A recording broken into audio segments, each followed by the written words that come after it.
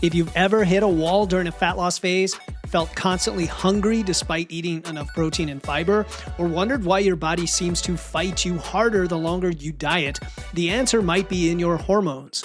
Today I'm breaking down the hormones that actually control your appetite. Not just Ghrelin and Leptin, but also GLP-1, PYY, CCK, NPY, and others you've probably never heard of that are quietly running the show. You'll learn why dieting makes some of these spike and others crash, what that means for your hunger and metabolism, and some strategies that work with these instead of against them.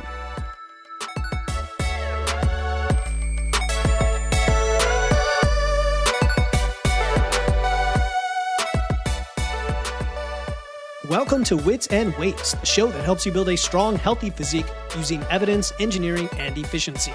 I'm your host, certified nutrition coach, Philip Pape, and here is what is actually happening inside your body when you try to lose fat. Your stomach pumps out more ghrelin, and that screams at your brain, I need to eat.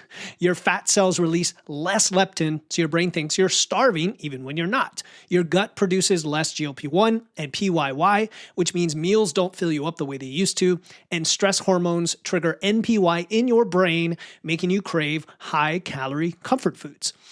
This isn't a willpower problem, as we've said many times on this podcast. It's really your biology, and we have to work with that. We have to understand it. Think like an engineer. Understanding these hormones is that difference for many of us between fighting against things and trying to, just cut calories or just do more, and actually making this a little bit, if not a lot, easier. So this is episode 3 of our 8-part appetite series for January. We're going beyond the basics of just protein and fiber. We covered a little bit of that already. And now we're going to get into the deeper mechanisms that control whether you feel satisfied or ravenous. Because let me tell you, the more I've been in this business, the more I realize a lot of this comes down to brain-related genes. It comes down to hormones. It comes down to signals that are, I'll say, outside our control, but the upstream chain is somewhat in our control. And we're going to want to understand how we do that. I'm going to cover a lot of science today, but I'm going to keep it practical. And then I want you to stick around until the end because I'm going to share a simple protocol for handling hunger to separate your physical hunger from your psychological hunger. And it takes about 10 minutes to use. It's a super powerful tool that I think is going to help a lot of you. Hey, this is Philip, and today's episode is sponsored by CaloCurb. If you've ever been in a fat loss phase and felt like hunger was working against you, CaloCurb's GLP-1 activator is a game changer. CaloCurb is a natural appetite support made from americate, a patented bitter hops extract that activates GLP-1 and other gut signals to help you feel fuller, faster. Clinical studies showed a 40% reduction in cravings and a 30% reduction in hunger within 1 hour. If you want to try it, go to witsandweights.com/CaloCurb for 10% off your first order. The link is in the show notes. That's witsandweights.com/CaloCurb. All right, let's start with Ghrelin. This is your body's hunger alarm. It's the hormone that makes you feel hungry. And it is produced primarily in your stomach lining. It does what you'd expect. It tells your brain, hey, it's time to eat.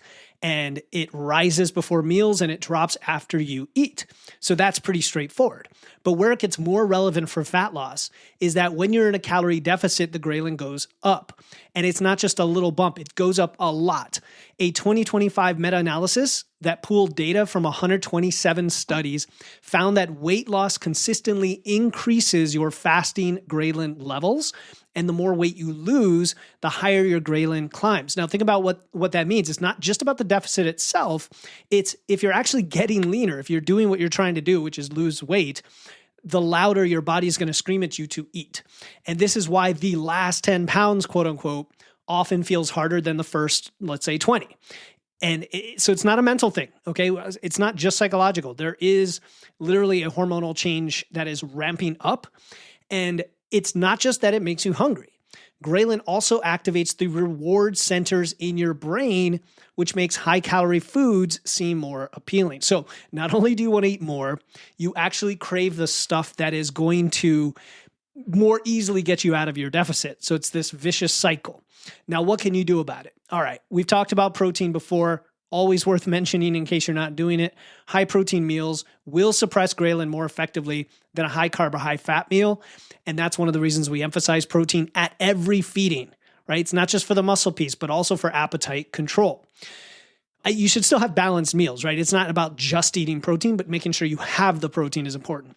The second thing is your meal timing consistency. Okay, not just the meal timing in general, but the fact that it's consistent, because ghrelin operates on a rhythm. And we've seen this before. Your circadian rhythm is more important than a lot of us realize, where if your body feels safe, let's use just a colloquial expression, it will tend to be more comfortable burning calories and not trying to make you eat more. And ghrelin will spike at times when you normally eat. So your normal schedule, your normal habits, the ghrelin's going to go up. So if you're constantly changing your eating schedule, you're creating unpredictable spikes in your ghrelin throughout the day. And you kind of know this intuitively, don't you? If you eat in a normal pattern and then one day things are off and all of a sudden you get hungry at the same time you would normally eat, even if you're not really hungry, it's your body saying, hey, you normally eat now. What is going on? Let's go find that food. So sticking to a pattern kind of gets ahead of that. And I'm a big fan of consistency, which leads me to the third one, sleep. Okay. Not only sleep consistency, but just having sufficient good quality sleep, because having low amounts of sleep, so sleep deprivation, will cause your ghrelin to spike as well. One study showed that restricting sleep to 4 hours just for a few nights increased ghrelin by 28%. So if you're sleeping like 5 or 6 hours and then wondering why you can't stop snacking and what the root causes of your emotional eating, that could just be it, which is a lot simpler answer than having to go through the hard work of processing your triggers and your, emotional baggage, let's say, even though there could be issues there to work on. And we're going to cover this more in the next episode. And then fourth, don't crash diet. Don't use a overly aggressive, prolonged deficit, because that is going to cause ghrelin to stay elevated even after your diet ends. And this is part of why rapid weight loss often leads to rapid regain. Right? Moderate deficits are your friend. A moderate deficit, which is anywhere from 0.25 to up to 1% of your body weight a week, which is still pretty aggressive, but it's controlled. That combined with strategic refeeds usually end up giving you a longer term sustainable fat loss phase that blunts some of that ghrelin response to the extent that you can. So that's ghrelin. That's your hunger alarm. When you diet, it gets louder. When you lose weight, it gets louder. And that's it. So now we're going to talk about the other side of the equation. The second hormone today is going to be leptin. And by the way, we did cover this tangentially or at a surface level in our first appetite episode, but we're going in deeper here. So leptin is like the thermostat for your body fat, where ghrelin was like, hey, let's hit the gas for your hunger. Leptin is like putting on the brakes, because it's produced by your fat cells. And the more fat you carry, the more leptin you produce. And in theory, this should signal to your brain you have all this energy on your body stored and you don't have to eat as much, right? It's supposed to help you feel full. The problem is that when you diet, when you lose fat, your leptin also goes down. And again, quite a bit. So it's like the opposite direction of ghrelin, but it also has the opposite effect. So it's the same, it just exacerbates it, right? And it drops faster than you would predict, than fat loss would predict. Again, just like ghrelin seems to be on an exponential accelerating curve, not a linear curve. So even a little bit of a weight loss of, say, 10% of your body weight can cause your leptin to drop by, say, 50%, right? So it's even more extreme than the ghrelin change. And then when your brain senses this, it interprets it as a signal of starvation, of, hey, I don't have food coming in. And then it responds in two ways that are going to make fat loss harder. It's going to make you hungrier, and it's going to decrease your metabolic rate. Okay. This is one of the important causes or levers of metabolic adaptation or thermal adaptogenesis. Just a fancy way of saying your body burns fewer calories, right? Because your body is trying to conserve. So it makes things more efficient. And that's not a good thing when we're trying to lose fat or lose weight. It's why many people hit a plateau, and it doesn't take that long, 3, 4, 5 weeks into a fat loss phase, and they're already hitting a plateau. Once we get it past the initial water weight loss, which for many also looks like a plateau, that's a different issue.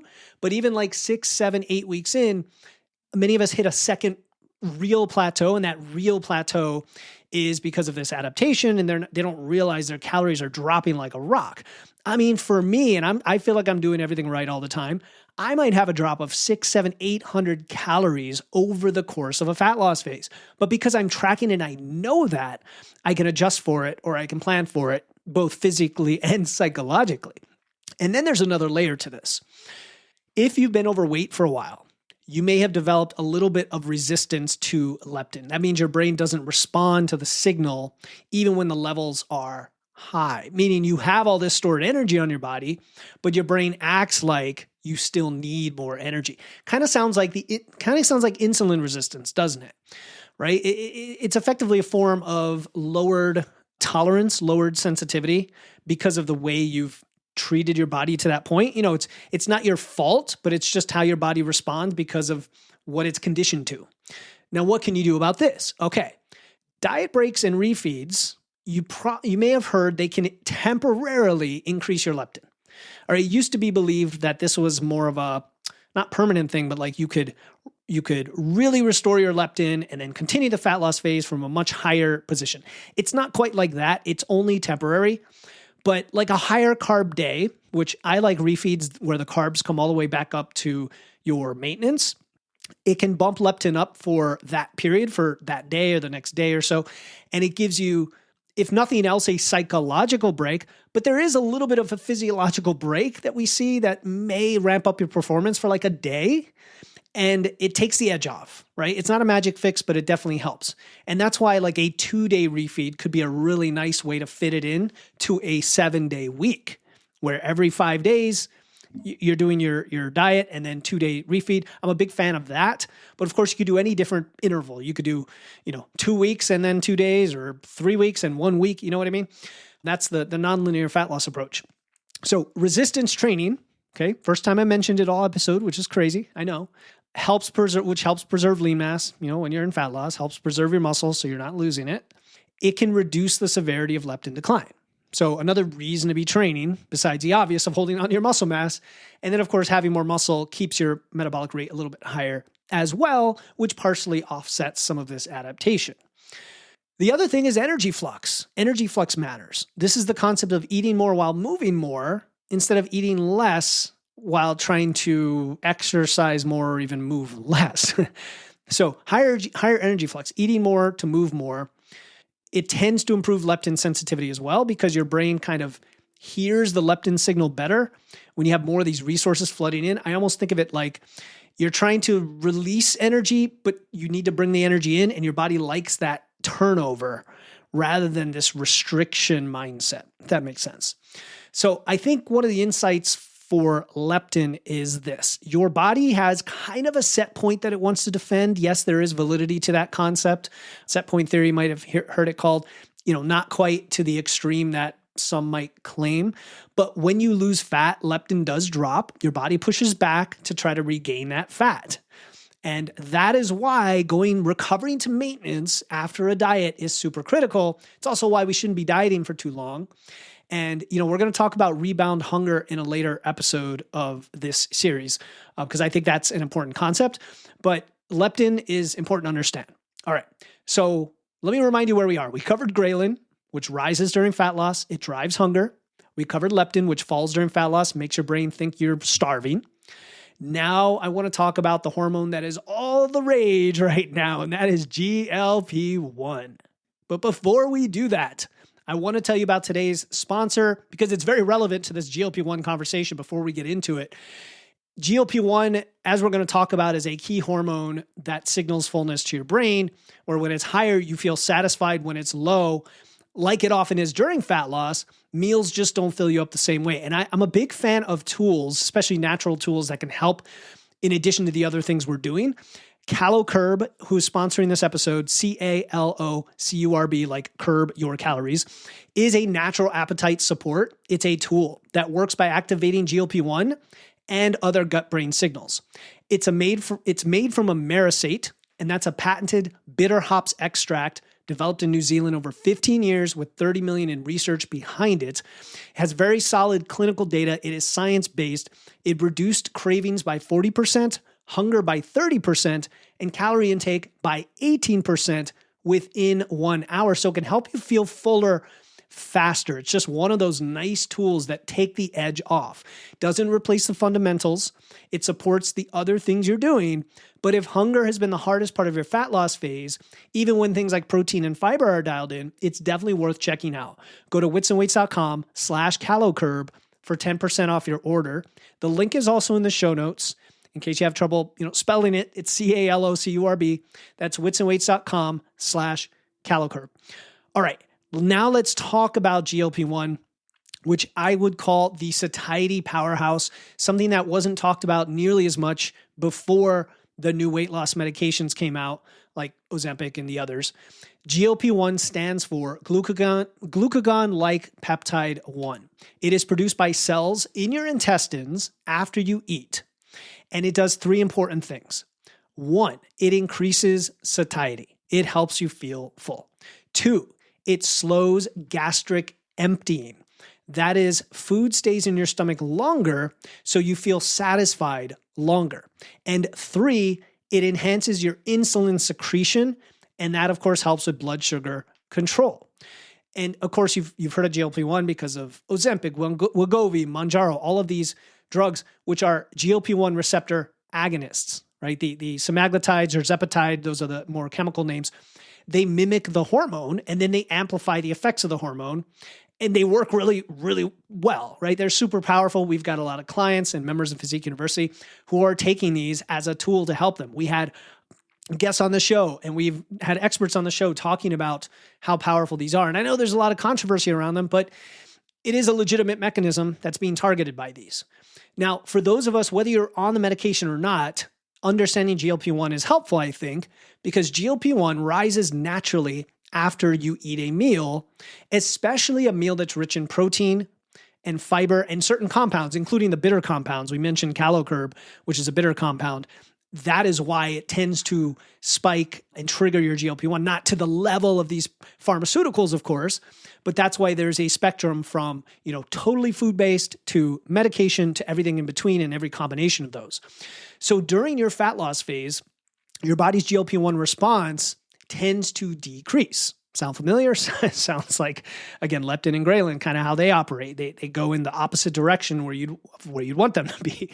So meals that used to fill you up don't trigger as much of that satiety signal anymore. And that's another piece of the puzzle for why fat loss just gets harder over time the more you push it. Ghrelin goes up, leptin goes down, GLP goes down as well, or GLP-1.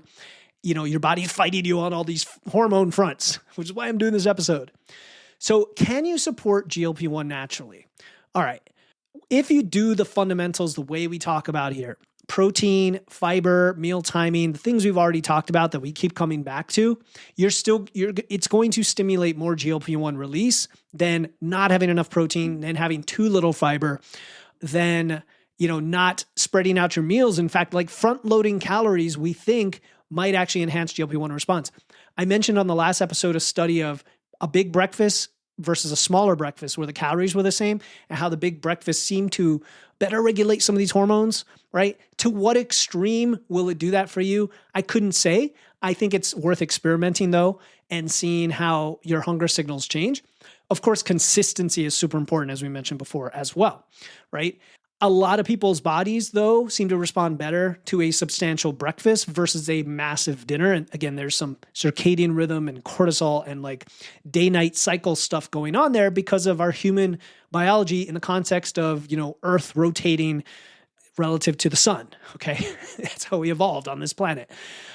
But then there's other compounds, and I mentioned caloCurb, who sponsored this episode. It's very fascinating how something like a bitter food, or we talked about capsaicin, right? Spicy foods, how these different compounds activate receptors in your gut that then stimulate the release of GLP-1, even if you're not eating the corresponding food. So this is kind of one of those ways we can trick our body a little bit. And it's the mechanism behind some of these supplements like caloCurb that I mentioned earlier. And then when we think of whole foods versus processed foods, solid whole foods that take time to digest also tend to stimulate more GLP-1 than liquid calories or rapidly absorbed processed foods. I just had a call with a client who is in a fat loss phase now, and he loves to have his protein shakes but is experiencing a little bit of hunger. And he eats mostly whole foods. And I said, look, that protein shake is probably an opportunity to swap it out with some really solid whole food, like a lean meat, for example. But even something like eggs with egg whites, something that will take a little longer to digest because it's just going to make you feel a little fuller. Yeah, you're getting your protein, but you might be missing out on these other opportunities. So the GLP-1 can be your friend during fat loss as long as you support it through your food choices, your meal timing, targeted supplementation if that's what you need. And again, this is for people not on medication. Even if you're on those medications, you still want to do these things, if nothing else, then to amplify the process. And also if you're planning to come off the drugs eventually and supplant those with natural alternatives. All right, so we've covered the big three: Ghrelin, leptin, and GLP-1, but there are some other hormones and some peptides. I'm talking about natural in your body, right? No supplements here, nothing external, that support appetite regulation that we never talk about and are hardly ever talked about. So these are pretty cool, all right? Nerd out with me for a second. The first one is called peptide YY, or PYY for short. And this is a peptide released from your gut after you eat. Sound familiar? This happens. Seems like there's a lot of things that happen based on how we eat, which makes sense because that's our energy source. Especially when you have a meal that is high in protein and fiber. Again, same thing as GLP-1. It works alongside GLP-1. When PYY is high, you feel satisfied. When you lose weight, it tends to increase. Again, familiar pattern, isn't it? So this is another reason that hunger after a diet is often so intense, why we like to recover very quickly after a diet. The next one is called CCK, cholecystokinin. And I talked about this in the first episode, I think two solo episodes ago. This is released when fat and protein get into your small intestine. And this is pretty cool, right? Your whole digestive tract gets triggered at different points. And you don't have to understand all this necessarily, but it all works together to explain this. So when CCK, or when fat and protein go into your small intestine, it releases CCK, it slows down the gastric emptying. In other words, it prevents stuff in your gut from emptying out of your gut, which then makes you feel a little bit fuller, right? Because there's more stuff there, just to simplify it. And these are all signals to your brain. It's one of the reasons that meals with a little bit of fats in there tend to be more satisfying than those without. And a lot of you on keto are like, yeah, I know that. Like high fat meals tend to fill me up. Just so you know, protein is the most satisfying, followed by fat, and then followed by carbs. So having the protein and the fat is a fantastic combination for that very reason. The next one is NPY, neuropeptide Y. This is a hunger stimulating signal. Notice we have a little bit on the hunger side, and we have a few of these on the satiety side. They kind of go hand in hand. So when leptin drops, right? Leptin, which is triggered by your fat cells, or when you're stressed, NPY goes up, and it drives you to seek high-calorie foods. And this is the biological basis of stress eating. Cortisol increases NPY, and then suddenly that ice cream in the freezer, for me, the peanut butter cup ice cream with the fudge, is calling your name. So that's NPY. And then we have amylin, AMYLIN, amylin. This is released with insulin, and it promotes meal-ending satiation, a very specific mechanism. It slows gastric emptying at the end of a meal, and it helps you stop eating when you've had enough. So it may not be the end of your meal in your head, but it's the concept of if you eat mindfully and take your time, you give your body enough time to trigger this and feel full when you actually are full rather than overconsume because you're just scarfing down the food. So what's interesting is amylin doesn't cause adaptation, metabolic slowdown, like other appetite suppressing mechanisms too. Whether that's relevant or not, I don't know, but I'm just mentioning that, something I learned. So how does all this connect? Well, when you're in a fat loss phase, almost every one of these signals shifts in the direction that makes you hungrier. Ghrelin up, leptin down, GLP-1 down, PYY down, NPY up. Your body is mounting this massive war, this coordinated defense to prevent you from losing more weight. That's what it's trying to do. Okay, that's it. It's not your age. It's not your, perimenopause hormones. It's not any of these other things. Those things may have other factors involved, but this is a massive piece of weight loss resistance, of hunger, of all of these things going on. So if you understand this, it's not meant to discourage you, right? But to empower you, because when you know what's happening, you can take actions to counteract it. What are those actions? We've pretty much alluded to them already, but I'm going to list them real quick. High protein and fiber at every meal to stimulate GLP-1, PYY, and CCK, and to suppress ghrelin.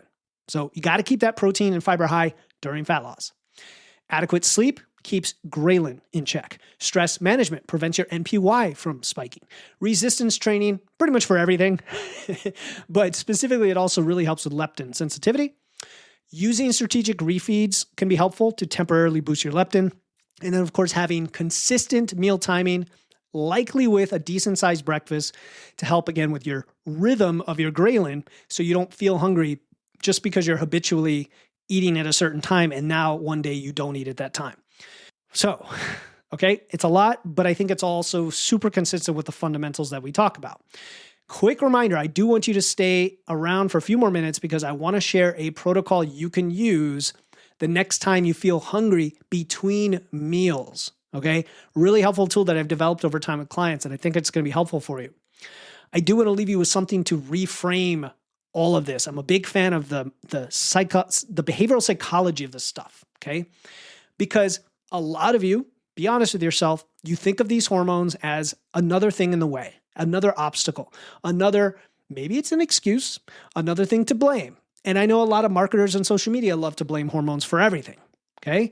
And you can, personify these things, like say, oh, ghrelin is I think Dr. Oz back in the day called it the gremlin or something, right? The enemy that's making you hungry. Leptin is the enemy that prevents you losing weight. GLP-1, whatever. So here's how I want you to think about it, okay? These hormones are super valuable and super important in keeping you alive and helping you thrive as a human being.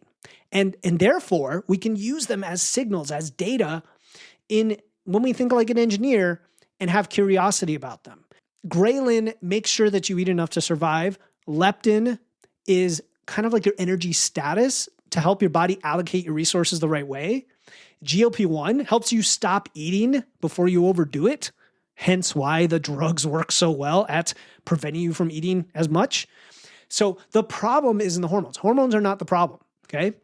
The problem, in my opinion, is that the modern food environment, your stress, your lack of sleep, the aggressive dieting strategies, and how this is all pushed and marketed, and all of this bad information online telling people to do these things are pushing the hormones into a state that is on the edge or into an extreme that they weren't, I'll say, designed for. I mean, design is a bad word. We evolved to have these hormones. They're doing what they do, but you're living in a state where they are stressed to the max and pushed to these extremes.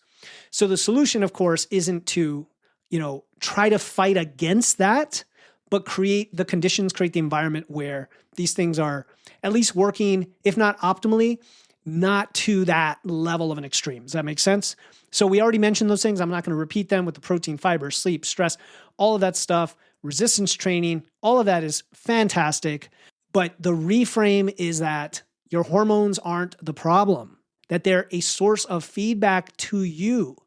That when we talk about listening to your body, that is a big piece of it. It's not like you have to measure the hormones, right?